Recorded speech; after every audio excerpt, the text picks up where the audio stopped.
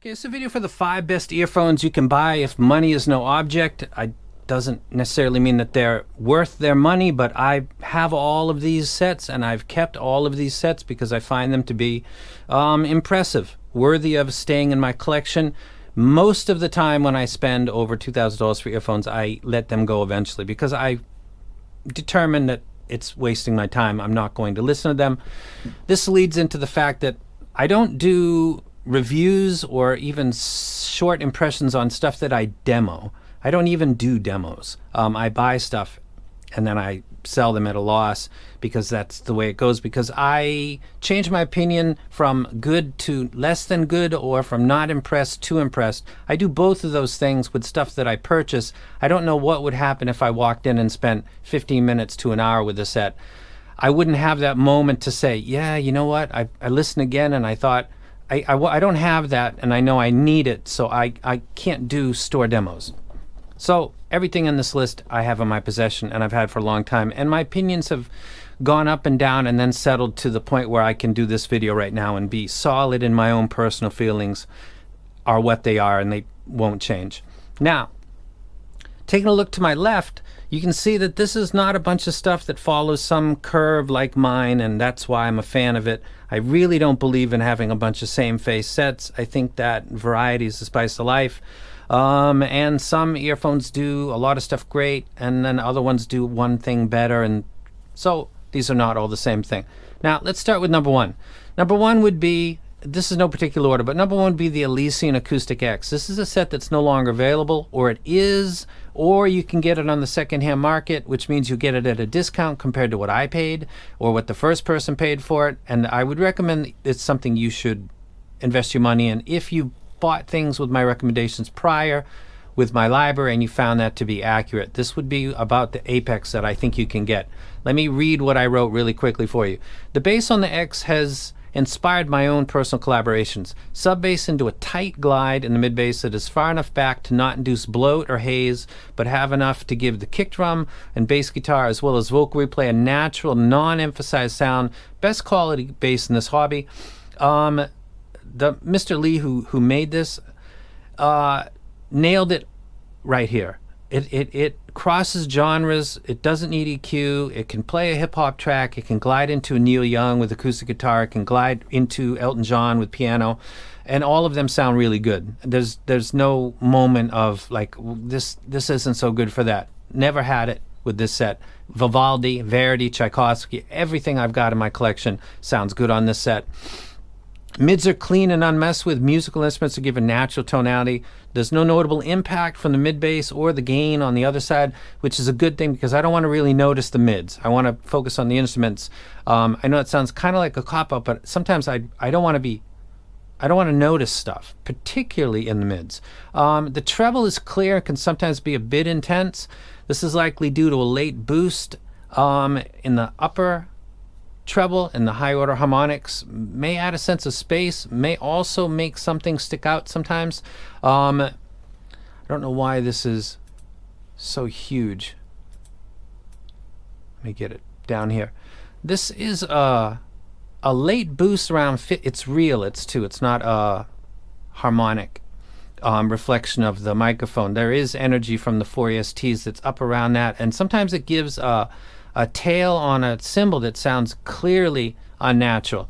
Remember, the harmonics, if you look at it on some software, you can see that things rise like a mountain and then they fall off. And there's not really any instruments that are peaking at 15K that are in my library. So when you take the last remaining remnants of something and you boost it up, and then you can hear it differently than you would in real life, it's notable to the ear. It's not bad, but it's notable. And if we're talking about perfection for big money, it would be the one thing I would say, yeah, this could be something that sticks out to some people sometimes. But it's my personal favorite. I recommend it.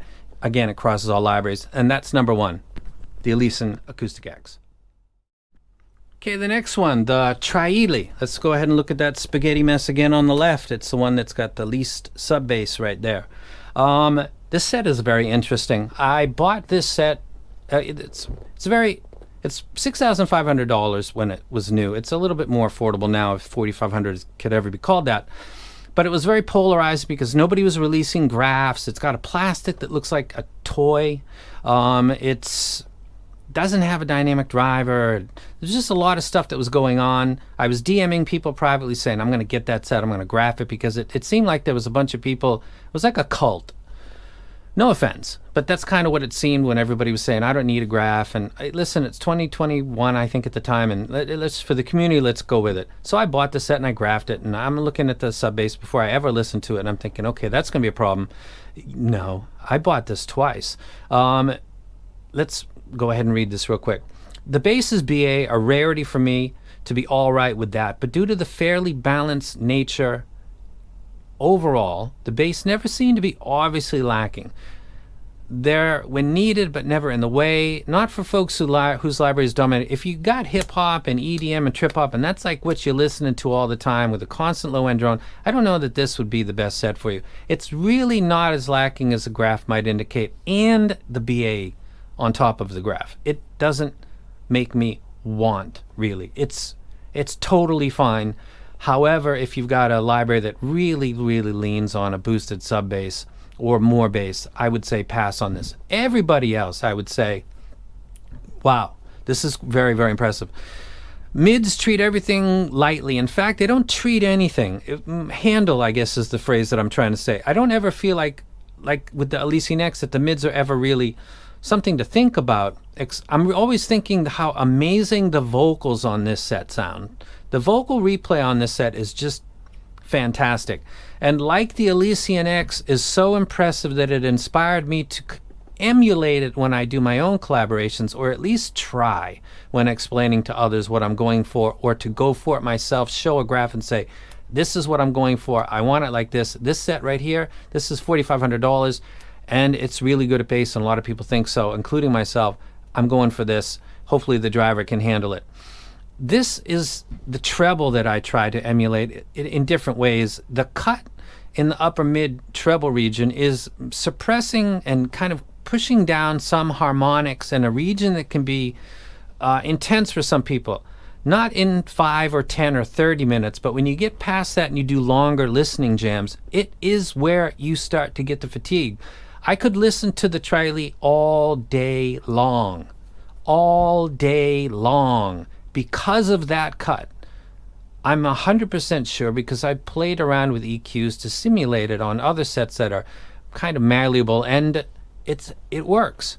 It gives me a good vocal replay that sounds more authentic to me than if this were to be filled up to my own target. And it gives me freedom to listen as long as I want, to where I think that I don't want to lay down and damage these because I don't know how strong they are in build. But I find myself on sofas and leaning back for long sessions with my eyes closed, and then thinking about the build more than anything else, because I'm lost in the music. It's a very, very impressive set. It suffers because of its price, and also because of people defend it like it's family, and they get a little too into it. Enjoy the hobby, whatever. But when I did my own review for this, and I talked about music in specific moments more than anybody prior to me had done in any review on video, where people could consume it in the listening and also in the visual, and people came out and said, oh, he didn't even talk about this or that. And I was like, man, you can't. Some people just want to watch the world burn, or don't touch my stuff, or whatever. I'm a fan, man. Just back off. Good set. Awesome. Bought it twice, paid a lot twice, totally happy.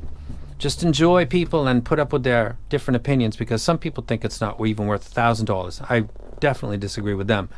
So that is the Triley. Absolutely dope. Vocals are everything, and you want the best. I think it's this set right here. Is it worth the money? Of course it's not. It's not what this video is about. Just talking about sound quality. Because you effing love bass. I've bought this set 4 times. That red cap right there, that gold cap, wood type of pattern, and then straight up black with the gold emblem on the outside. 4 different times I have bought this set, got angry because of other outside of the hobby dramas and stuff with people, and I keep buying it. It's got a ton of bass by the graph. To the ear, it does sound like it's got a lot of bass, but the graph is, if you just go by graphs, you would never buy this. But thankfully enough people out there with reputations that people trust. They've got good reputations. This set has found its niche. It's for people that like a good lively replay. It is expensive, but it's got 2 dynamic drivers. The treble is present. It is intense. This was a set that turned me on to the fact that they really nailed it with this set in a way, because the Odin and other sets that other people have really been positive about, I found it to be too in my face with vocals. They went too far with the treble, whereas this looks like it's maybe not enough relative to the low end. No, they nailed it. They've got a so-called sophisticated crossover system, and to my ears it actually works. I can pick up things that I'm trying to catch in the treble. Of course I'm being dominated by bass, like I were closer to the amps for the bassist than anything else at the stage. Let's say I'm on the left side seats close to the stage. This is this replay. Love it. This is for people that love bass. Get a demo of it. If you got a lot of money to spend, like you're a dentist, my guy, or a doctor or a lawyer, and just grab it. The resales are pretty decent still on it. Get one that's like limited, because there's lots of limited editions, interestingly, and you'll probably get a good amount of money back. If it's all about the bass, if you like, the Aurelius is not for something that, if you've got EDM, trip-hop, hip-hop centric libraries, this is the opposite. This is the set that you would want. It's got tons of bass, but it's still not. Let's talk about mids for a second. Okay, 1 second. Done. It's not what its strong point is. Let's just move along. It's not bad. It's not flagship level, but it's not claiming to be. I'm not claiming anyway. This is for bass lovers. The treble's there. Mids aren't its strong point. Let's just move along. That's the Empire Ear Legend X. You love punch and attack intense. This is the Unique Melody MEST Mark II. This is an interesting set. It's got bass that is good. Let me read it. The bass is good, not overwhelming at all. Originally felt the Indigo might hit harder, but the MK2 actually, to my ears, has more solid slam. I don't review store demos, so I sometimes change my opinion. This is a good example of that.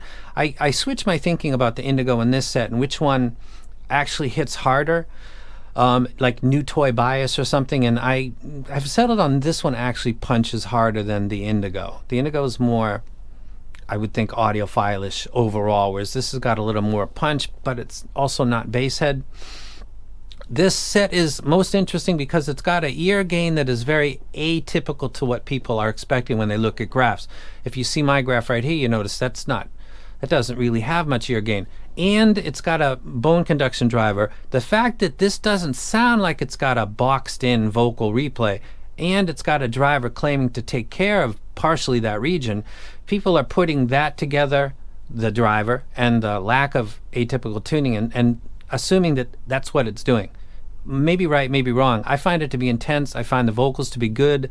This is Unique Melody's biggest seller by far, because with enough people, many, they've fallen in love with this set. They made a series of it, a Generation 1, a Generation 2, a Hong Kong version, a Japan version, and then they stepped it up with the Indigo. One thing that I would watch out for, though, is around, I guess looking at the graph, it's around 6K. This is a set that, between this and the Indigo, even though the Indigo has 2 extra ESTs, this set will fatigue me over a long listening session. It will be, out of all the sets in my collection, this and the X will make themselves known after about an hour. And the Indigo, again, has 2 more ESTs, but I can listen to it longer. So I guess its weak point would be it can be overly intense, and you would not expect that to be the case with the ear gain. It goes to show graphs can tell us a lot, and then some things we got to find out for ourselves. I think it's an excellent set. I recommend it a lot. I've got it in custom and also in universal version. A lot of people that watch my channel got this set and love it. I love it myself. If you bought it, it's a good purchase. Is the Indigo better? Hold on just a second. As I was saying, you love Mesh series and want the best. They dress it up with nice caps. They put little, metal frames around it. They put a colored cable on it. They add a bunch of money and 2 STs, and it seems so catnip for the hardcore addicts of the hobby. And yet, I really like it a lot, and I think it's a better set than the Mark II, particularly if you have long listening sessions. The weak point of this set would be bass to my ears, and everybody knows I like bass. I originally thought the opposite. Over time, with the comparisons, yeah, the Mark II's got better punch. So I think the weak point for this set is the ear gain region is something that is, you can take it or leave it, and I don't know if that is looking at a graph and then expectation bias, like, oh, that's going to be weird with vocals, and listen to it, yeah, it is. I've done it myself. We're not robots, we're humans. You look at that, graph it before you listen to it. Hopefully you do the other way, but it sometimes just happens based on schedule or what you're doing that day. I don't know which one, but looking at that graph, oh, this is going to be interesting. And then listening to it, it's a completely different experience, and then start thinking other things and not really focusing on vocals. Remember, the ear gain is there for a reason, and it really, really, really impacts a lot of stuff, and it really impacts vocals. This doesn't look like it would do vocals well. It actually does it quite well. It's got 2 extra ESTs. I would think that it would be a little bit more intense over time because it's got more transducers producing energy in that region, just to put it simple. However, that's not the case. If I'm going to look at a graph, it's not accurate, but there's energy around the 6K area on the MEST Mark II that is a little bit less on this set. That could be what it's down to, because I listen to this longer than I do the Mark II in its CIM or otherwise. That is a Indigo right there in CIM, and it carries over to custom or universal. It doesn't really matter. So the Indigo, very expensive, bought it, satisfied. Mark II, bought it and also got one sent to me that's a CIM, like both of them. The MEST Mark II, I bought it 4 times. Yeah. The Aurelius, or I think that's what's called, Triley, the bird is its nickname. Controversial, expensive, totally love it. I can be as specific as you want in the comment section. Ask me something, I'd be happy to listen to it and give you my feedback. If you've got a library like mine, the vocals are just absolutely fantastic. Inspiring as a person that does tuning now. Amazing. And what I consider the top of the chain. And I want to mention something at the end. There's some people that have said things. You can look at my graph tool after this video. There's an Annihilator and this Elysian X. And some people have said the X is better for people that like EDM. The Annihilator has a much bigger mid-bass shelf. Now, when you're listening to stuff like trip-hop, hip-hop, and EDM, the chance of you needing that extra energy in that region up to 300 hertz is much more likely with a library like that. I bought the Annihilator and sold it because I do like low end, and I thought if it's better than this, I don't care. I'll pick which one I like. I think that for a library that is EDM and bass focused, I want you to go take a look at the graph again. I think that's the Annihilator. I think the Annihilator is the one that's got more mid-bass. Too much in some instances. Bass guitar can be a little bit forward on Sultans of Swing. If you love your bass, the Annihilator is great. If you want it to be a little tighter and more accurate, the graph don't lie. It's the X. Get the X. I had them both, and I only got one now. That's my top 5, and I'm out.